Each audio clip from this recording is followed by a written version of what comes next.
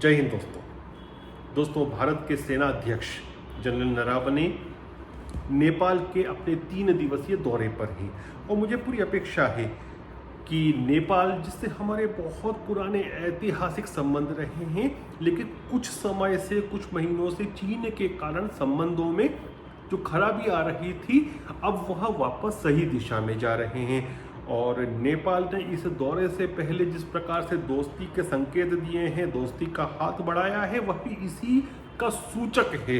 देखिए, जनरल नरवणे के दौरे से पहले 2-3 बड़े इम्पॉर्टेंट सिग्नल्स आए नेपाल की तरफ से। 15 अगस्त को general mister KP Sharma Oli, जो कि नेपाल के प्रधानमंत्री हैं, उन्होंने मोदी जी को फ़ोन किया और उन्होंने शुभकामनाएं दी 15 अगस्त की, स्वतंत्रता दिवस की।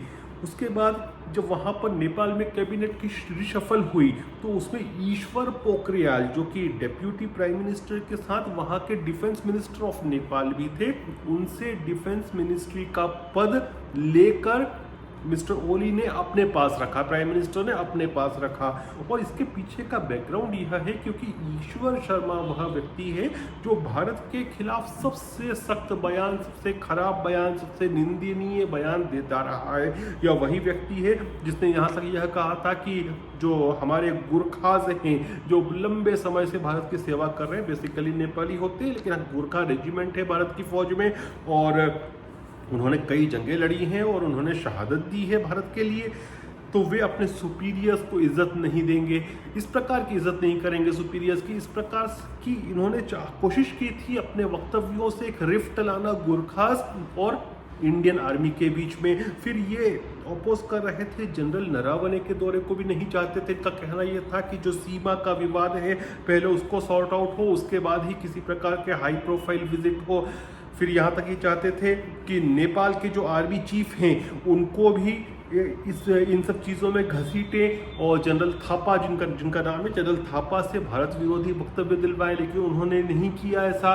तो इन सब वजहों से नेपाल के जो प्रधानमंत्री हैं उन्होंने एक दोस्ती का संकेत दिया और अपने डिफेंस मिनिस्टर से उनका डिफेंस का पोर्टफोलियो लेकर अपने पास रखा। तो फिर इसके बाद जो नेपाल ने जो विवादित नक्शा अपना जारी किया था और टेक्स्ट बुक में भी लगाया था, उन टेक्स्ट बुक्स का डिस्ट्रीब्यूशन नहीं किया। तो ये सब चीज़ें दिखाती हैं कि नेपाल भी चाहता है कि भारत से अच्छे संबंध हो और जो ये खटास आई थी, जो दरारें आ रही थी, उसको ठीक किया जाए। देखिए, उसका एक कारण यह भी हो सकता है कि नेपाल ऐसा क्यों कर रहा है। पहली बात तो यह है कि चाइना ने बहुत सारी नेपाल की भूमि को अपने कब्जे में कर लिया है और न केवल कब्जे में किया है बल्कि उन्होंने वहाँ हार्ड स्ट्रक्चर्स का भी कंस्ट्रक्शन कर लिया है। तो वहाँ पर नेपाल के प्रधानमंत्री पर, वहाँ की सत्ता के ऊपर जनता का भी और विपक्ष का भी प्रेशर है। फिर यदि इकोनॉमिक सेंस में बात करें तो भारत के जो टाइज, इकोनॉमिक टाइज भी हैं नेपाल से, बहुत महत्वपूर्ण है। उनके कई लोग, लाखों लोग हमारे यहाँ काम करते हैं, हमारा उनसे बहुत पुराने रोटी बेटी के नाते रिश्ते रहे हैं। तो ये सब चीज़ें भी कंसिडरेशन में आती है। चीन का फैक्टर है। देखिए, एक बात है कि केपी शर्मा ओली कम्युनिस्ट हैं, चीन का बहुत ज़्यादा दखल अंदाजी है नेपाल में, इसलिए संबंध खराब भी हो रहे थे।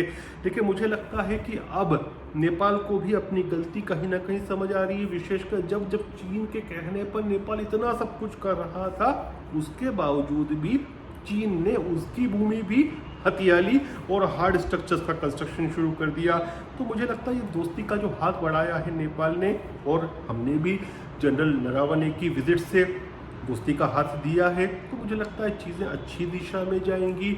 और जब सब चीज़ें अच्छी चलेंगी तो हो सकता है वहाँ से कोई हाई प्रोफाइल विजिट भारत हो, या फिर हो सकता है कि जो फॉरेन सेक्रेटरीज हैं उनकी भी म्यूचुअली विजिट्स हो। तो मुझे लगता है कि हम अच्छी दिशा में जा रहे हैं। पहले मालदीव से अच्छे संबंध हुए, जिसको हमने चीन की गिरफ्त से निकाला। श्रीलंका से अच्छे होना शुरू हो गए।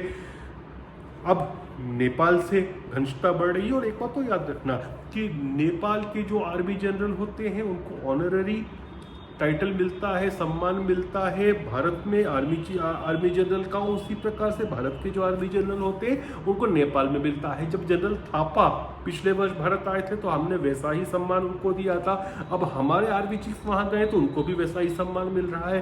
तो ये दोस्ती बड़ी पुरानी है और चीन जैसे दुष्ट इतनी जल्दी इसको खराब नहीं कर सकते। मुझे अपेक्षा है कि जनरल नरावने बहुत पॉलिश्ड जेंटलमैन हैं, एक बहुत अच्छे आर्मी लीडरशिप है उनमें, और मुझे लगता है कि उनके जाने से दोनों देशों के संबंध बहुत अच्छे होंगे, दोनों को बहुत लाभ मिलेगा।